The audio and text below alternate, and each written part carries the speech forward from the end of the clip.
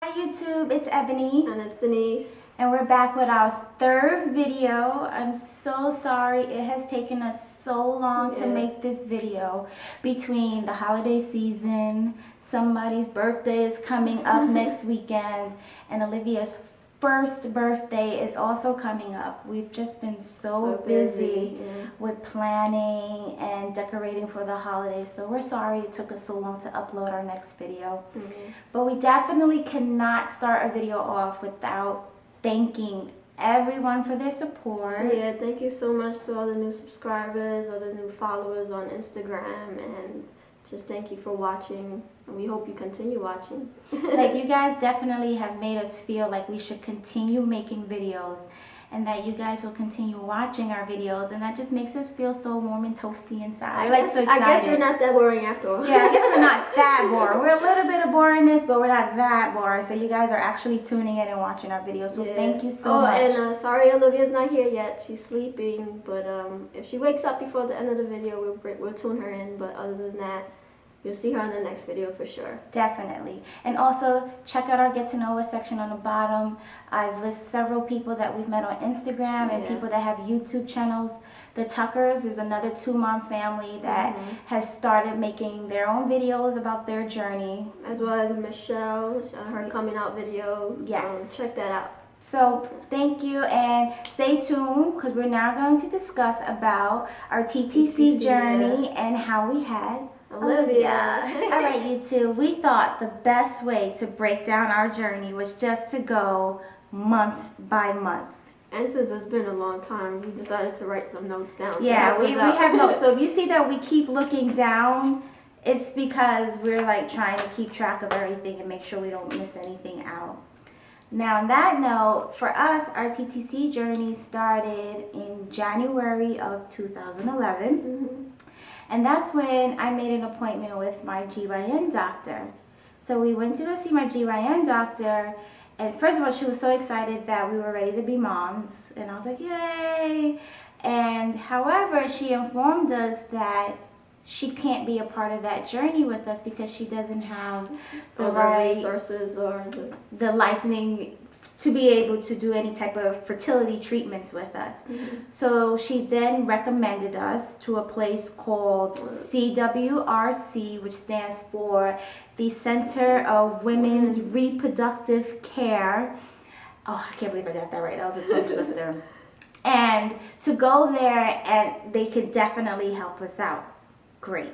She then informed us, well, I know they're going to make you do several blood tests, and it's going to probably want to do your yearly pap smear, and it's probably going to do a transvaginal ultrasound, but I can at least do all of that for you beforehand, before your consultation, just to give you a head start on the whole process. So that was good. So she took care of all of those nitty-gritty stuff that was going to be required at the fertility center. And in addition to that, she wanted you to track the ovulation. Yes, she wanted me to track my ovulation. Which is a little tricky, but we got it.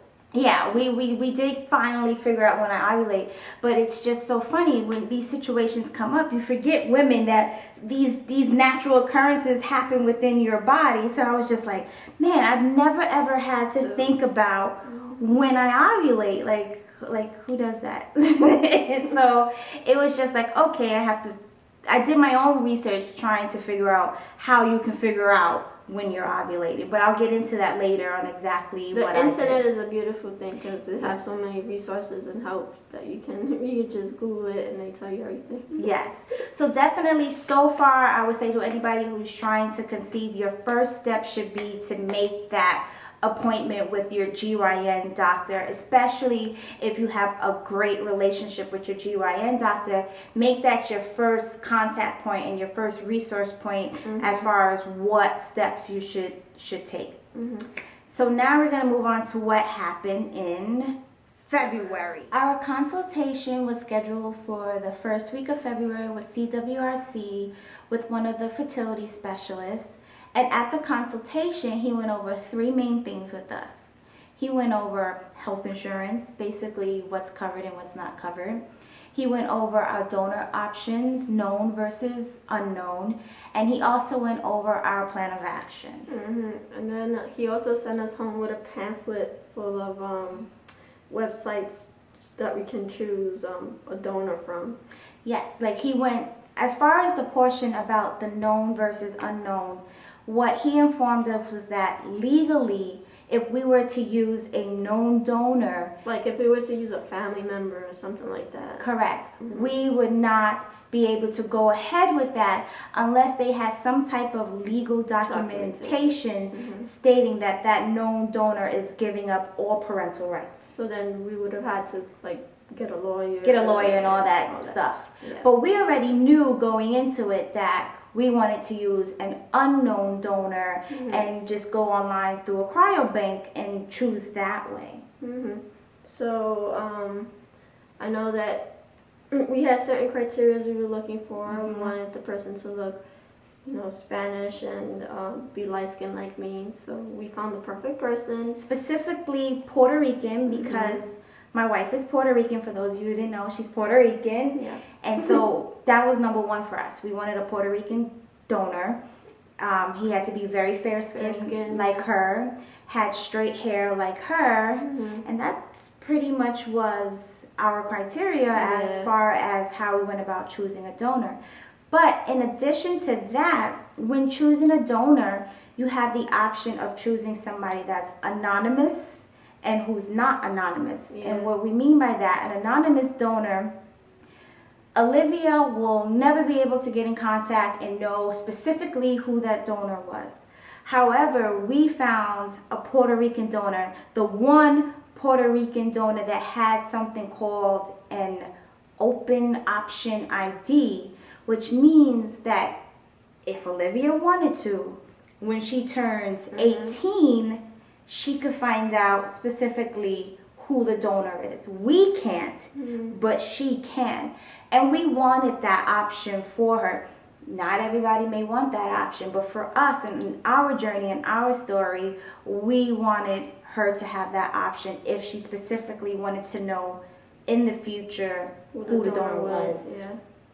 So we found a donor that matched all that criteria. So that took care of that piece. So now the doctor also went over our plan of action, and our plan of action was, he thought, based off of the results and preliminary testing that my GYN had sent him, that for us the best route would be to do an IUI with no meds.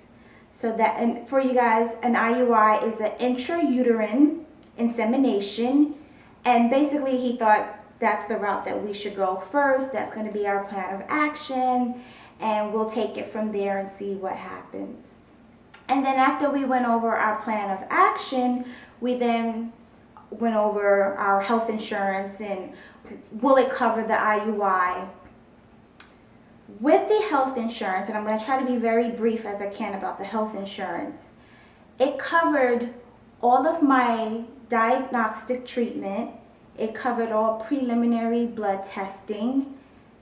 It covered everything but the actual IUI itself. And the reason why my insurance did not cover the IUI is because they knew that we were using donor sample. They will not pay out if you're using donor sample, because that's an indication to them that it's not necessarily the fact that I cannot get pregnant. It's more of the fact that I'm trying to get pregnant by other means. So therefore they don't see that as a medical issue where they need to cover it themselves.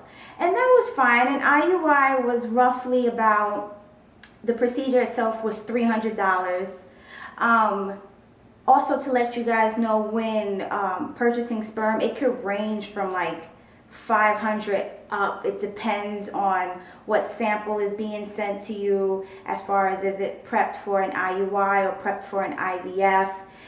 We chose, like we said to you guys before, we chose to go with an open option ID donor, so we paid a little bit more for that. I mean, I will do a breakdown for you guys in part 2 of the video of the cost of everything that came out of our pocket. But pretty much that is what February was all about for us. It was just meeting with a fertility specialist, going over all the nitty gritty, and you know, just figuring out what's to come for the next couple of months. And we're gonna leave it at there for now on this video because YouTube has a policy where they only give you a certain amount of time for your videos. So I don't want to go deeper into other issues and then it cuts my video off and then I have to edit and all that stuff. So for now, we'll leave you with that part of our journey, January and February, and then we'll talk about what happened for us in March and April. It gets next video. Yes, it gets more interesting and a little bit deeper as we go along in each month. So guys, thank you again for watching our videos, and we hope you continue to watch our videos. Yes. Unfortunately, Olivia is still sleeping, and we've been filming for quite a while. You're gonna see some bloopers at the end of this video just as a filler, but I'm pretty sure Olivia sends her love to you guys as well. Yes. We'll try to make sure she's in part 2 of our TTC journey. But for now, hopefully we'll upload that before the holiday season. But just in case we don't, we just want to say happy holidays to everybody. And everybody stay safe. See you guys. Thank you. Love you. Bye.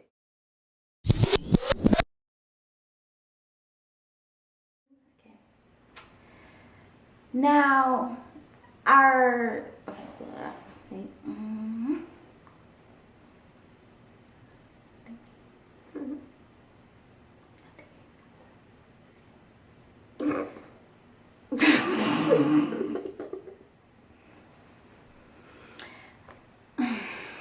okay.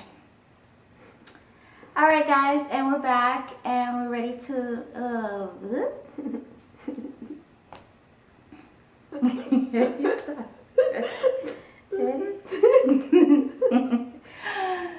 cut. We should do a bloopers take at the end. Oh. Okay. Yeah, we're gonna do that.